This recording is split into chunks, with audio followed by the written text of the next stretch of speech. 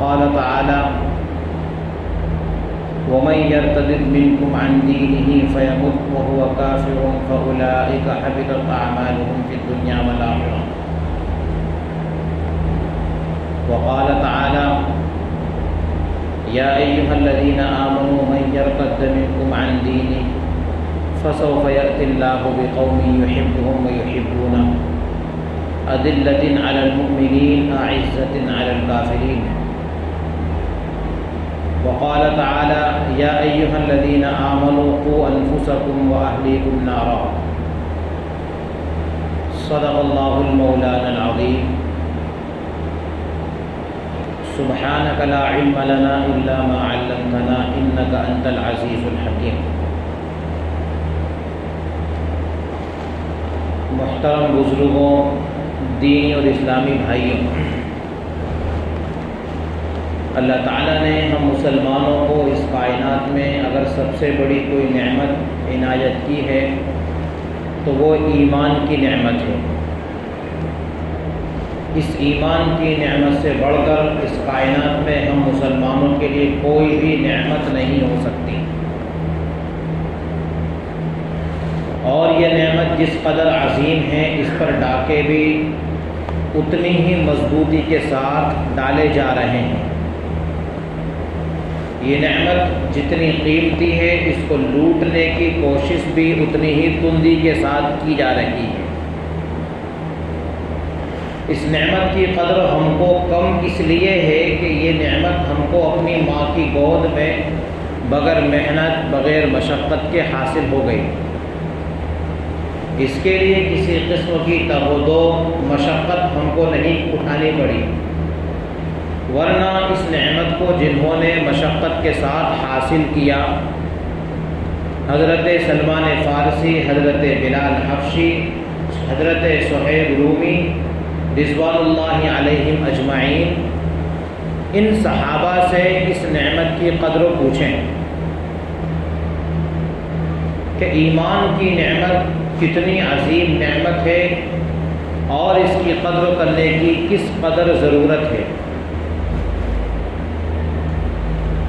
تو یہ قیمتی سرمایہ اور یہ قیمتی نعمت اللہ تعالیٰ نے ہم مسلمانوں کو عنایت کی، اور اس نعمت کو لوٹنے کی کوشش نبی کریم صلی اللہ علیہ وسلم کے پردہ فرمانے کے بعد ہی شروع ہو چکی۔ یہ سلسلہ ارتداد کا سلسلہ قبیلہ غطفان، قبیلہ امیہ وغیرہ میں نبی کریم صلی اللہ علیہ وسلم کی وفات کے بعد ہی شروع ہو چکا تھا۔ مسیلمہ کذاب نے اپنی ایک مستقل ٹیم تیار کر لی تھی، اور یہ حق و باطل کی جنگ اسی روز سے چلی آ رہی ہے، اور تا قیامت یہ جنگ حق و باطل کی چلتی رہے گی۔ لیکن ابھی تک صرف کوششیں یہ تھیں، پلاننگیں یہ تھیں کہ ان کے ایمان کو لوٹا جائے، ان کے ایمان کو پامال کیا جائے، ختم کیا جائے، اور انفرادی یہ کوشش جاری تھی۔ لوگ مرتد ہوتے تھے، لیکن چند برسوں سے منظم طریقے پر اس پلاننگ کا آغاز ہو گیا۔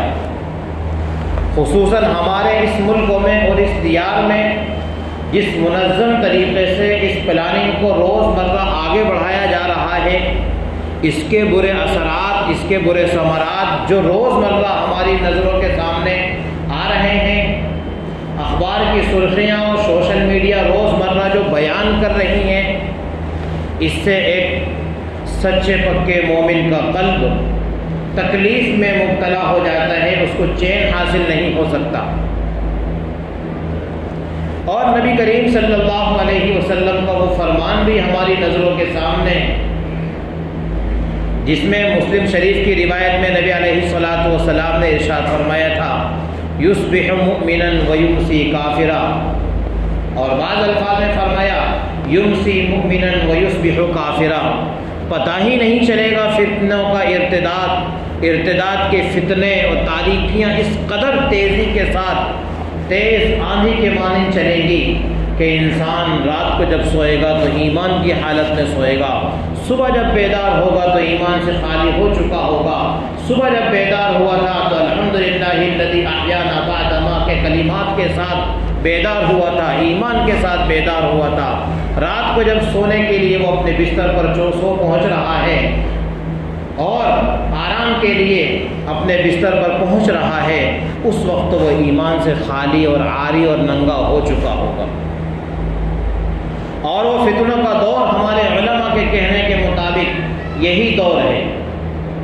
نبی کریم صلی اللہ علیہ وسلم نے اپنی امت کو آنے والے بہت سارے فتنوں سے اور بہت ساری مصیبتوں سے آج سے 1450 سال پہلے ہی مطلع فرما دیا تھا۔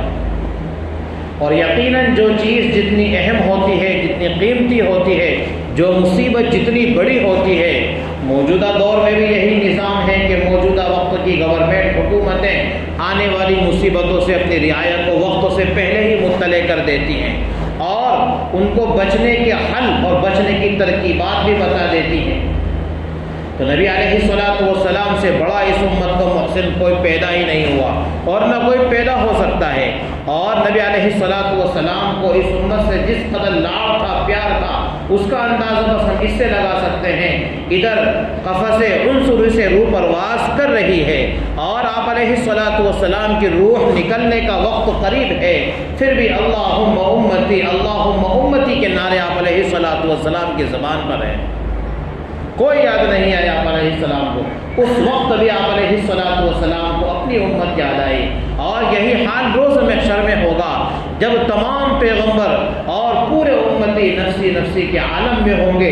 یہ امت محمدیہ در در کے ٹھوکریں کھا رہی ہوگی، کبھی اپنی شفاعت کے لیے کسی پیغمبر کے پاس جائے گی، کبھی اپنی شفاعت کے لیے کسی پیغمبر کے پاس جائے گی۔ اس وقت نبی علیہ الصلوۃ والسلام رب ذوالجلال کے سامنے سر بسجود ہوں گے اور ایک ہی دعا کریں گے، اللہم امتی اللہم امتی۔ نبی علیہ الصلوۃ والسلام کا لاڑ اور پیار ان تمام باتوں سے اس امت کے ساتھ معلوم ہوتا ہے۔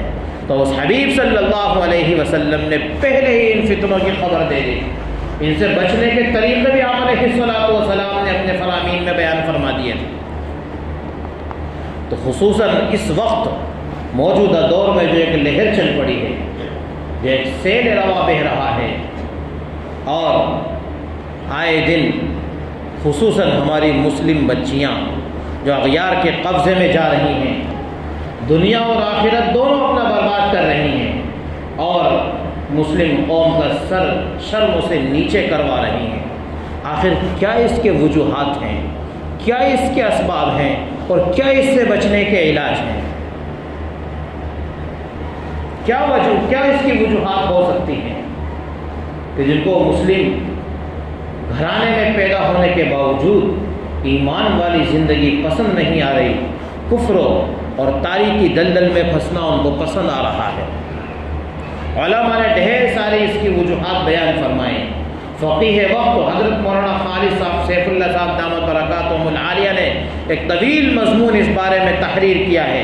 حضرت مولانا سجاد صاحب دامت برکاتہم نے ایک طویل مضمون اس بارے میں بیان کیا ہے۔ کیا کیا اس کے وجوہات ہمارے سامنے ہو سکتے ہیں کہ ہماری مسلم گھرانے میں آنکھیں کھولنے والی سمیہ، عائشہ، نامعلوم کون کون سے ناموں کے ساتھ وہ موسوم ہو رہی ہیں، نامعلوم کس غیر مسلم کے ساتھ وہ پھیرے لے رہی ہیں؟ کیا وجوہات ہے آخر؟ ان وجوہات میں سے سب سے پہلی وجہ ان گھرانوں میں دینداری کا نہ ہونا، دینی تربیت کا فقدان، دینی معلومات سے دوری اور دینی تعلیم سے بیزاری۔ یہ سب سے پہلا سبب۔ جو بچی ہمارے گھر میں جنم لے رہی ہے، اس کو نہیں معلوم کہ دین کس چیز کا نام ہے، اس کو نہیں معلوم کہ اسلام کس چیز کا نام ہے، اس کو نہیں معلوم کہ قیامت کیا ہے، اس کو نہیں معلوم کہ جنت کیا ہے اور دوزخ کیا ہے۔ تو سب سے پہلا سبب اگر کچھ ہو سکتا ہے تو وہ ہے دین سے دوری اور دینی تعلیمات سے دوری۔ جس قدر دین سے دوری ہوگی اسی قدر یہ ارتداد کی لہر پنپتی جائے گی، بڑھتی ہی چلی جائے گی، کیونکہ ایک منظم طریقے سے اور ایک پلاننگ کے ساتھ یہ کام رچا جا رہا ہے۔ اس ملک کے غیر مسلموں نے صرف اتنا ہی نہیں کیا، کہ اپنے جوانوں کو اس کی دعوت دے دی، بلکہ ان کے سامنے بڑے بڑے آفر رکھے ہیں، بڑے بڑے آفر رکھے ہیں۔ کبھی تو ہم کو دھمکایا جا رہا تھا، ڈرایا جا رہا تھا، اور اب صرف ہم کو دھمکانے اور ڈرانے کی حد تک ہی اکتفا نہیں کیا کہ ہم کو ڈرا کر کے چھوڑ دیا، دھمکا کر کے چھوڑ دیا، نہیں، لالچ کی بھی انتہا کر دی۔ بڑے بڑے آفر اور لالچ ہمارے سامنے ایسے پیش کر دیے کہ ہمارے مسلم بھائی کا بھی قلب ڈگمگانے لگتا ہے، اس کے بھی قدم میں لرزہ پیدا ہو جاتا ہے۔ تو سب سے پہلی وجہ اسلامی تعلیمات سے دوری، اسلام کی خوبیاں معلوم ہی نہیں ہمارے بچوں کو، ہماری بچیوں کو، اسلام کے آداب ان کو پتہ ہی نہیں، اسلامی زندگی گزارنے کا نہج نہیں، اسلامی معلومات ان کے پاس نہیں، اسلام کی خوبیوں کا ان کو علم نہیں، اسلام کون سی خیر سلالی کی دعوت دیتا ہے اس کا عطا پتہ نہیں، اور اسلام کی تعلیمات سے جب اس قدر دوری ہوگی تو ظاہر سی بات ہے کہ اغیار جب لالی پاپ دیں گے تو اس کو چوسنے میں کوئی دیر نہیں لگے، کیونکہ پتہ نہیں ہم کو ہمارے اسلام کی حقیقت، پتہ نہیں قرآن کریم ہم سے کیا مطالبہ کر رہا ہے، پتہ ہی نہیں کہ ایمان پر آخرت میں کیا ثواب مرتب ہوں گے، پتہ ہی نہیں کہ ایمان سے دور ہونے کے نتیجے میں ہمیشہ ہمیشہ کی جہنم میں داخل ہونا پڑے گا، پتہ ہی نہیں ان کو کہ دنیا میں بھی اپنا سر نیچے کرنا پڑے گا، اور آخرت میں تو ہمیشہ ہمیشہ کی دوزخ ملی وہ الگ ہی ہے۔ جب ان تمام باتوں کو اپنے علم میں اگر لے لیں اور ان تمام باتوں کو اپنے قلب میں ایک بچی پیوست کر لے، ہو نہیں سکتا کہ ہماری مسلم بچی کسی غیر کے ہاتھ میں ہاتھ ڈال دے، ہو نہیں سکتا کہ ہماری مسلم بیٹی کبھی کسی غیر کی طرف نظر اٹھا کر کے بھی دیکھ لے۔ واقعتاً الحمدللہ اس علاقے پر تو اللہ تبارک و تعالیٰ کا خصوصی فضل و کرم ہے، اور اللہ اس خصوصی فضل و کرم کو ہمیشہ ہمیشہ باقی رکھے۔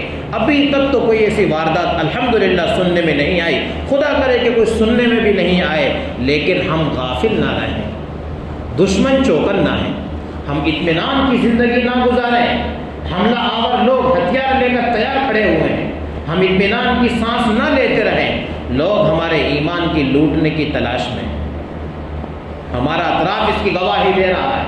بہت دور نہ جائیے، ہمارے 100 کلومیٹر کے دائرے کے بعد اگر ہم چل پھر کر اور وہاں کی خبریں اٹھا کر کے دیکھ لیں تو ہماری کتنی بچیاں اغیار کے قبضے میں جا چکی ہیں۔ ایک سروے کے مطابق حضرت مولانا سجاد نعمانی صاحب نے سروے نکالا، بظاہر عقل اس کو تسلیم نہیں کرتی، لیکن بڑے عجیب اور انوکھے انداز سے مولانا نے سروے نکالا، 8 لاکھ مسلم بچیاں مرتد ہو چکی ہیں۔ اس ملک میں 8 لاکھ مسلم بچیاں مرتد ہو چکی ہیں، 8 لاکھ، تھوڑی وہ تعداد نہیں ہوتی ہے، 8 لاکھ کی تعداد میں ہماری بیٹیاں جنت کو چھوڑ کر جہنم کا راستہ اختیار کر چکی ہیں۔ کون ذمہ دار ہے؟ کون فکر مند ہے ان کا؟ مولانا نے یہ سروے ایک وکیل کے مشورے کے مطابق کیا تھا، سپریم کورٹ کا ایک وکیل ہے جس کے مشورے پر انہوں نے یہ کام کیا۔ پوچھا اس سے مشورہ کیا کیسے ہمیں پتہ چلے آنکڑے ہمارے سامنے کیسے آئیں گے، کیسے ہمارے سامنے اس کے آنکڑے، وہ پوری ایک تفصیل ہے، اس نے پورا طریقہ کار بتایا، ہر ضلع سے پورے ملک سے انہوں نے رپورٹ نکلائی۔ جب اس کا پورا حساب و کتاب کیا گیا تو 8 لاکھ ہماری بچیاں اغیار کے قبضے میں جا چکی ہیں، اور یہ لہر ختم نہیں ہو گئی، آئے دن یہ پنپ رہی ہے، تیزی کے ساتھ بڑھتی ہی چلی جا رہی ہے۔ اس کے اسباب ہم کو تلاش کرنے ہوں گے، ہر علاقے کے مختلف اسباب ہو سکتے ہیں، ہر قوم و برادری کے الگ الگ اسباب ہو سکتے ہیں، کس قوم اور کس برادری میں کیا خلل ہے، کس خلل کے نتیجے میں ہمارے گھروں سے نکل کر اغیار کے قبضے میں جا رہی ہیں، ان کے ساتھ نکاح کر رہی ہیں، ان کے ساتھ پھیرے لے رہی ہیں۔ ہر قوم اور ہر علاقے کا اور ہر برادری کے مختلف اسباب ہو سکتے ہیں، سب ساروں کے لیے ایک ہی سبب ہو ایسا کوئی ضروری نہیں۔ تو پہلا سبب میں نے آپ کے سامنے ذکر کیا، اسلامی تعلیم سے دوری، اور یہ سبب قبیلہ بنو غطفان کے یہاں بھی یہی ہوا تھا۔ ابھی نئے اسلام میں داخل ہوئے تھے، ادھر نبی کریم صلی اللہ علیہ وسلم کا دنیا سے پردہ فرمانا ہوا، اور ان کے پاس صحیح معنی میں ابھی اسلام کی مکمل تعلیم پہنچی ہی نہیں تھی۔ انہوں نے یہیں پر اسلام کا خاتمہ سمجھ لیا اور تصور کر لیا کہ جب نبی علیہ الصلوۃ والسلام کی کائنات میں نہ رہے ہے، اب دین پھیلنا بند ہو جائے گا اور اس کی ترقی ختم ہو جائے گی۔ بس اسی دین سے دوری اور اسی کم علمی کی بنیاد پر وہ اسلام سے دور ہو گئے، اور اس قبیلے کے بہت سارے افراد، بہت بڑی تعداد میں لوگ اسلام کو چھوڑ کر ارتداد میں داخل ہو گئے۔ قرآن مقدس نے مرتدین کی سزا، ان کا انجام سب بیان فرمایا ہے۔ اگر اسلامی سلطنت ہو، اسلامی حکومت ہو، قتل کے سوا کوئی چارہ کار نہیں، لیکن جس ملک میں ہم رہتے ہیں اس کا قانون ہمیں اس کی اجازت نہیں دیتا ہے۔ قتل کی اجازت ہمارا ملک ہم کو نہیں دیتا ہے، کیونکہ خود یہ سب اوپر سے نیچے تک بیٹھے لوگوں کی سوچی سمجھی سازش ہے، سب کی یہ پلاننگ، اور اس میں ہمارا معاون و مددگار نہیں۔ کوئی اگر اسلام سے متاثر ہو کر ایمان کا کلمہ پڑھ کے کسی مسلم سے اگر نکاح کر لے، اس کے لیے تو پورے معاشرے کو سر پر اٹھا لیا جاتا ہے، نامعلوم کس قسم کی وبائیں پھیل جاتی ہیں۔ لیکن ہماری بچیوں کو اپنے گھرانوں میں بسانے پر باقاعدہ گورنمنٹ آفر دے رہی ہے، گورنمنٹ کی پلاننگ کے تحت ہے وہ۔ تو اسلامی تعلیمات سے روشناس کرانا یہ ایک باپ کی ذمہ داری ہے، اسلامی تعلیمات دینا یہ ایک ماں کی ذمہ داری ہے۔ میں نے اس سے پہلے بھی کہا تھا، تعلیم الاسلام مکمل اپنی اولاد کو گول کر کے پلا دے۔ اکابرین کا یہ کہنا ہے کہ جس نے تعلیم الاسلام، چھوٹی کتاب ہے، اس تعلیم الاسلام کی تعلیم جس نے حاصل کر لی، انشاءاللہ اتنی تو ضمانت ہے کہ وہ کفر کی طرف نہیں جائے گا۔ حضرت مفتی کفایت اللہ صاحب نور اللہ مرقدہ نے ایسے مسائل اس میں جمع کر دیے ہیں، ایسی اسلامی معلومات اس میں دے دی ہیں، ایسا خزانہ اس کے اندر چھپا دیا ہے کہ صرف اس کتاب کو اگر ہم اہتمام کے ساتھ پڑھ لیں اور پڑھا لیں تو انشاءاللہ اس کے پڑھنے پڑھانے والے کبھی بھی اسلام کو چھوڑ کر کفر اختیار نہیں کریں گے۔ یہ ایک باپ کی ذمہ داری بنتی ہے کہ اپنی اولاد کی اسلامی تعلیم کی مکمل فکر کرے۔ دوسری چیز جو ایک سبب اس کا سمجھ میں آ رہا ہے وہ ہے آزادانہ زندگی، آزاد خیالی، آزاد خیالی۔ یہ بات کہہ کر ٹال دی جاتی ہے کہ اسلام قدامت پسند مذہب ہے، 1450 سال سے یہی مذہب چلا آ رہا ہے، ترمیم کی ضرورت ہے اس میں۔ 1450 سال پہلے کسی وجہ سے پردے کا حکم نازل ہوا تھا، اب اس کی کوئی ضرورت نہیں، فیشن کا زمانہ ہے، ہماری بچیوں کو کھلے عام پھرنے دیا جائے، ان کو معاشرے کی زینت بننے دیا جائے، اور ان کو بھی برابر کا مارکیٹ میں برابر کا شریک سمجھا جائے۔ یہ آزاد خیالی، آزاد خیالی، اس آزاد خیالی نے ہمارے گھروں سے ہماری مستورات کو نکال کر مارکیٹ کی زینت بنا دیا۔ اب ذرا غور تو کریں، حضرت عمر بن خطاب رضی اللہ تعالیٰ عنہ کا زمانہ ہے، ابھی نبی علیہ السلام کے زمانے کو گزرے چند ہی سال ہوئے، آپ علیہ السلام کی وفات کے بعد فقط 2 سال کا زمانہ حضرت ابو بکر صدیق رضی اللہ تعالیٰ عنہ کا دور خلافت گزرا، اس کے کچھ فوراً بعد حضرت عمر بن خطاب کا دور شروع ہوتا ہے، اور حضرت عمر بن خطاب رضی اللہ تعالیٰ خواتین کی مسجد میں آنے پر پابندی عائد کر دیتے ہیں۔ خواتین نبی علیہ السلام کے زمانے میں بھی، ابو بکر کے زمانے میں بھی باقاعدہ جماعت کے ساتھ مسجد میں نماز پڑھنے آیا کرتی ہیں، لیکن جیسے ہی دور عمر ہی شروع ہوا، خواتین پر بریک لگا دیا حضرت عمر بن خطاب نے، کوئی بھی خاتون مسجد میں نماز پڑھنے اب نہیں آئے گی۔ ازواج مدینہ منورہ کی خواتین حضرت عائشہ صدیقہ رضی اللہ تعالیٰ عنہ کی خدمت میں پہنچیں اور کہتی ہیں، اے امہات المؤمنین، آپ ہی فیصلہ کیجئے، ام المؤمنین آپ ہی بتائیے، یہ عمر نے کیسا فیصلہ کر دیا جس نبی نے کبھی ہم کو نہیں روکا، آپ کے والد محترم ابو بکر نے مسجد میں آنے سے کبھی نہیں روکا، یہ عمر کون سا نیا قانون لائے کہ ہم کو مسجد میں آنے سے روک دیا؟ اما جان عائشہ رضی اللہ تعالیٰ عنہ نے جواب دیا، جس فتنے سے عمر کو واقفیت حاصل ہو گئی، اگر میرے والد اور میرے خاوند نبی کریم صلی اللہ علیہ وسلم کو بھی اگر اس کا علم ہو گیا ہوتا، میرے نبی علیہ السلام بھی بریک لگا دیتے۔ کس وقت میں بریک لگا عورتوں پر؟ اپنے گھروں سے نکلنے پر۔ حضرت عمر بن خطاب کے دور تقریباً 1400 سال پہلے حضرت عمر بن خطاب نے فتنوں کو دیکھتے ہوئے عورتوں پر پابندی عائد کر دی، گھروں میں نماز پڑھے، مسجد میں نہ آئے۔ کس کے لیے گھر سے نکلنے کو منع کیا؟ عورتیں کیوں نکل رہی تھیں گھروں سے؟ عبادت کے لیے۔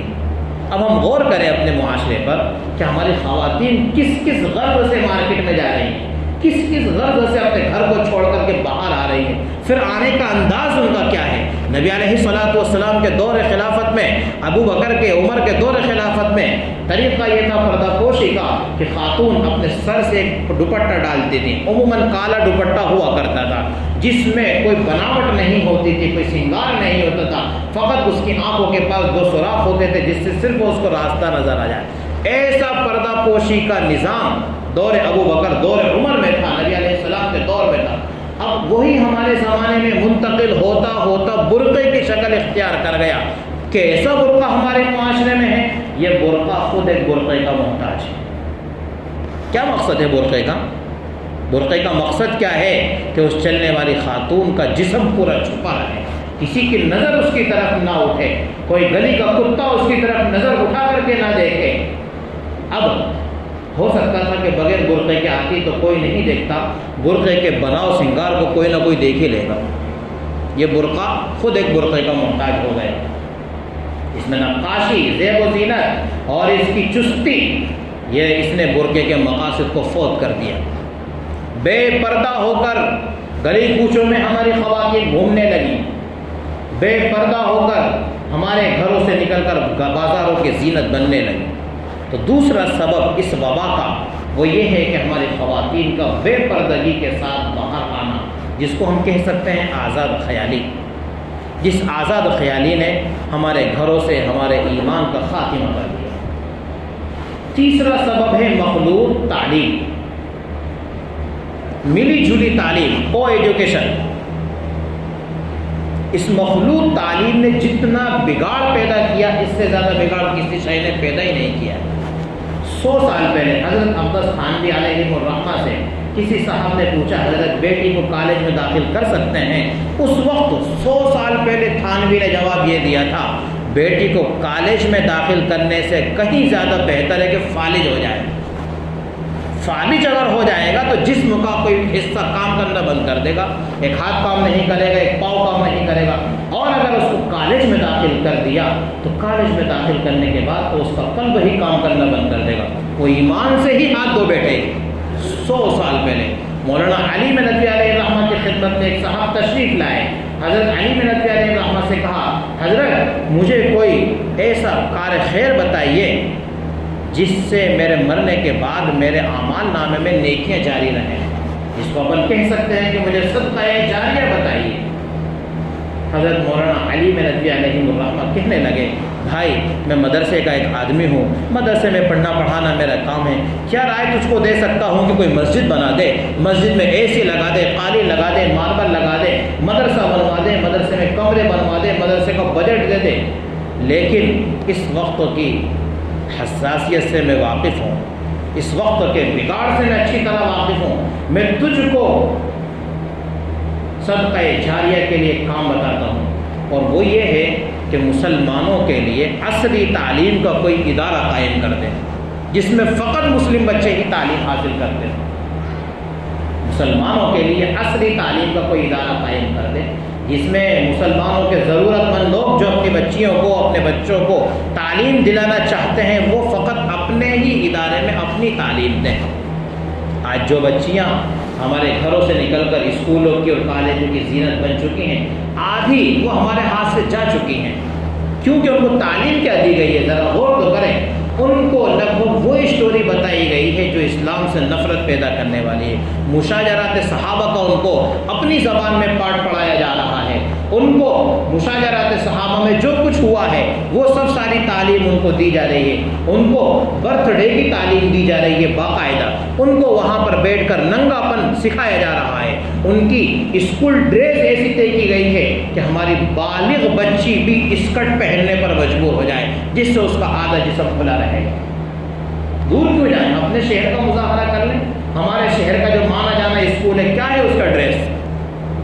ہمارے شہر کے کسی غیر کا جو مانا جانا اسکول ہے اسی کا ڈریس ہم دیکھ لیں، چھوٹی نہیں بڑی بچیاں جو ہمارے اسکرٹ پہن کر ہی جاتی ہیں، اور لازم ہے اسکرٹ پہن کر کے جانا۔ اور اتنا ہی بس نہیں، اسکول کے ٹائم میں اگر کبھی غیر حاضری ہو تو چل جائے، لیکن جن دنوں میں فنکشن وہ منعقد کرتے ہیں، کوئی پروگرام وہ طے کرتے ہیں، اس دن تو حاضری لازم ہے۔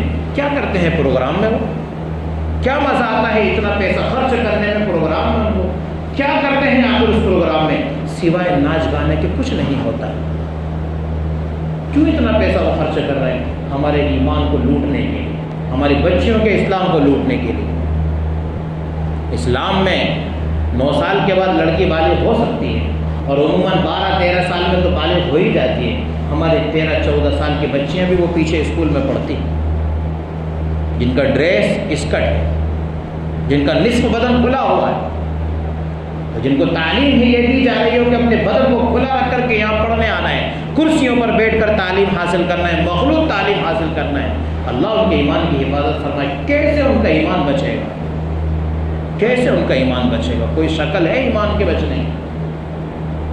تو یہ تیسرا سبب جو ہمارے سامنے کھل کر کے آ رہا ہے، مخلوط نظام تعلیم۔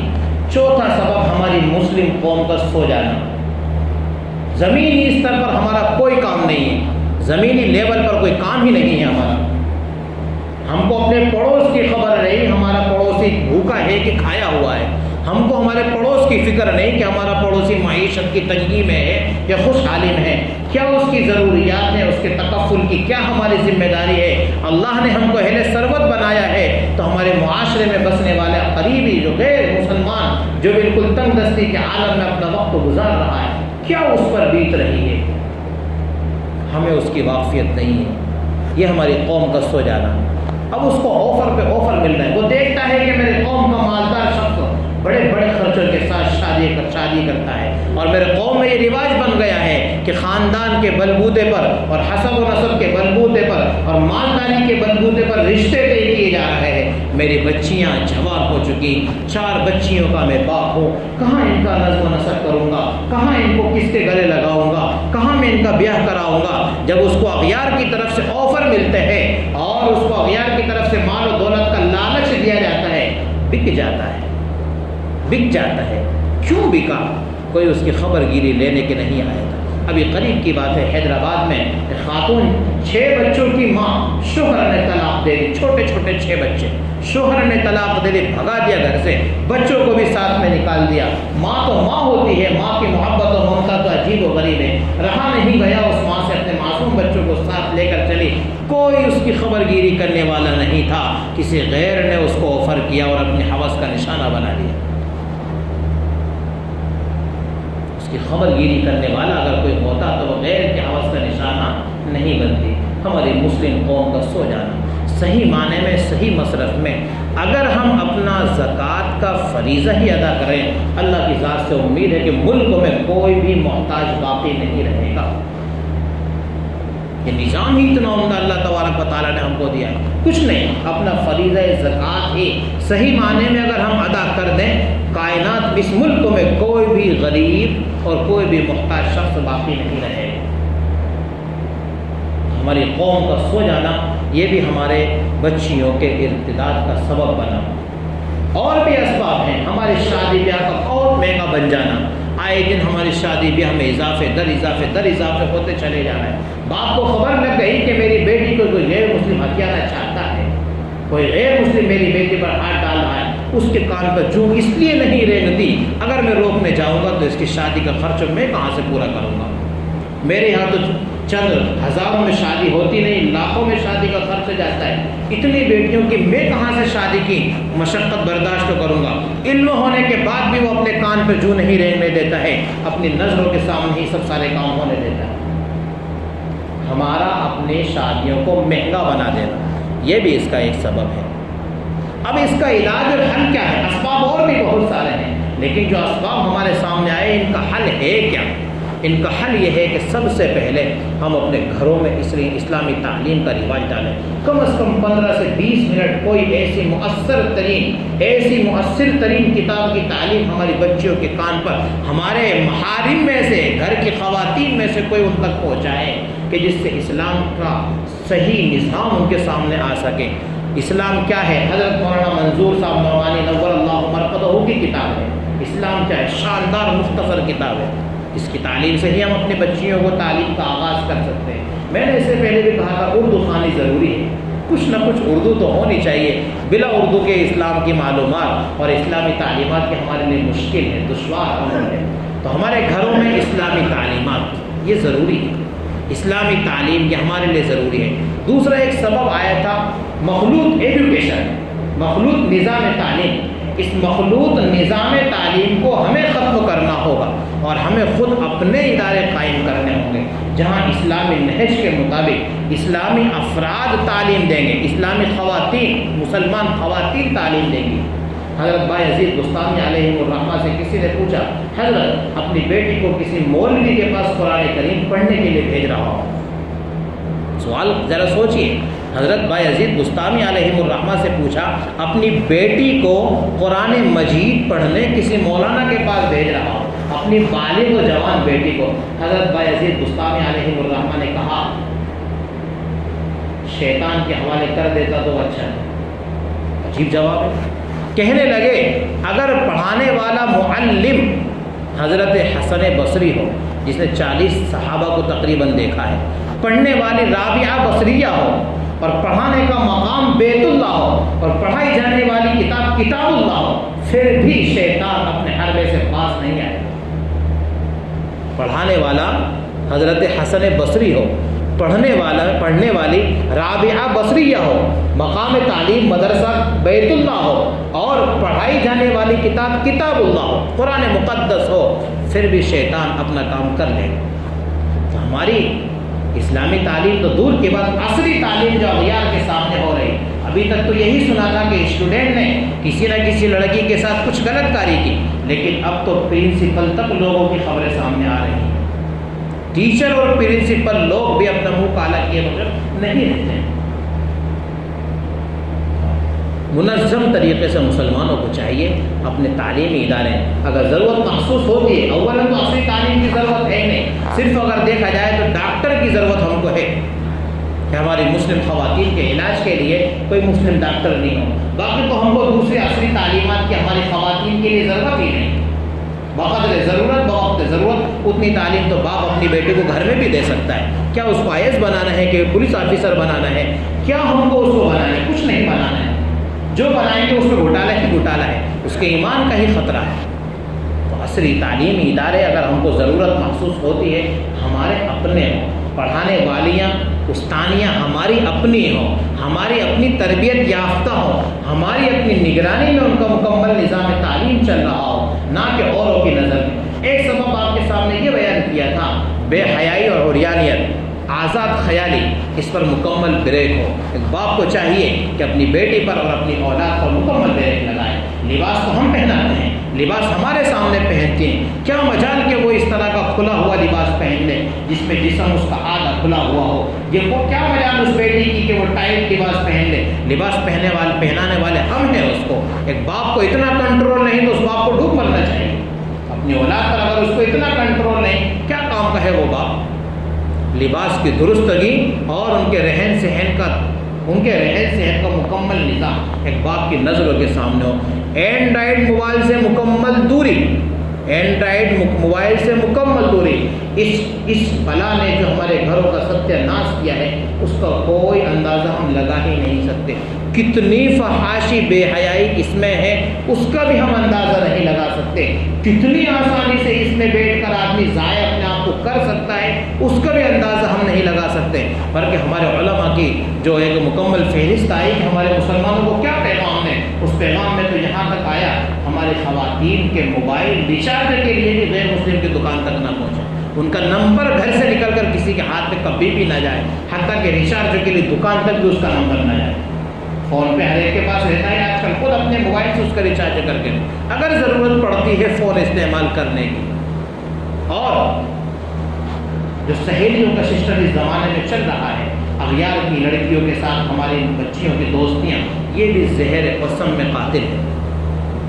تو مکمل پلاننگ کے ساتھ کام کر رہے ہیں نا، ان کو تو 2.5 لاکھ کا آفر ہے کہ آپ 1 لاؤ تو مسلمانوں کی بچی، ہم تم کو 2.5 لاکھ کا نقد چیک بھی دیں گے، مکان بھی دیں گے، سیکورٹی بھی دیں گے، محافظ کارندے بھی تم کو دیں گے، اور تمہارے 4 مہینے تک مکمل کھانے پینے کا نظم و نسق بھی ہم کر کے دیں گے، مجال تمہارے اوپر کوئی ہاتھ اٹھا کر کے دیں گے، اور تم کو آگے چل کر جو بھی ہم دیں گے۔ اتنے بڑے بڑے آفر ان کے سامنے موجود ہیں، اور اس معیشت سے خالی زمانے میں اس قسم کے آفر اگر ایک دنیا دار کے سامنے آ جائیں للچا جاتا ہے وہ، تو لالچ بھی اس کا ایک سبب ہے، ارتداد کا ایک سبب لالچ، کبھی عزت کا لالچ، کبھی چاہو، کبھی مقام اور منصب کا لالچ، اور کبھی اس کے علاوہ مال و دولت کا لالچ۔ دیکھ رہے ہیں ہم ایک چھوٹا سا نام لے دیتا ہوں، غور کریں سچن پائلٹ کے نکاح میں کون ہے، کس بنا پر وہاں تک پہنچ گئی وہ سارہ عبداللہ، کیسے وہاں پہنچ گئی؟ ذرا لسٹ تو نکالیں ہم اپنے ملکوں کی، ہم ذرا اپنے آپ کو ہوش و حواس کے عالم میں تو لائیں کہ ہمارے ملکوں میں کیا حال چل رہا ہے۔ میرے بھائیو یہ بہت طویل عنوان ہے، اتنے مختصر وقت میں اس کو گھیرا نہیں جا سکتا، اس کے اسباب بھی بہت زیادہ ہیں اور ان اسباب کے حل بھی ہیں۔ ہم غور کریں، خاص کر معاشرے کے ذمہ دار قسم کے لوگ سر جوڑ کر کے بیٹھیں اور زمینی سطح سے اس کام کو اٹھائیں، زمینی سطح سے اس کام کو اٹھائیں۔ یہ چھوڑ دیں کہ ہمارے علاقے میں یہ مصیبت ہم کو نظر نہیں آ رہی، ہر کہنے والا یہی کہہ رہا تھا کہ ہمارے یہاں مصیبت نہیں ہے، ہر کہنے والا۔ ایک چھوٹی سی مثال، کورونا کے زمانے میں بڑی بہادری دکھا رہے تھے، کوئی ڈرنے کی بات نہیں، اللہ پر ایمان ہے، بھروسہ ہے، لیکن جیسے ہی اعلان آیا تھا تو مسجد ہماری خالی ہو گئی، ہم نہیں خالی کرتے، ہم بے فکر ہو کے نہ بیٹھے کہ ہمارے یہاں تک یہ فکرہ نہیں پہنچا، سوشل میڈیا گھر کے کونے تک پہنچا ہوا ہے، اس لیے یہ فتنہ ہر گھر میں موجود ہے، کب کہاں جاگ جائے، کون سی چنگاری کہاں پر آگ لگا دے، اللہ تعالی ہماری حفاظت فرمائے۔ وما توفیقی الا باللہ۔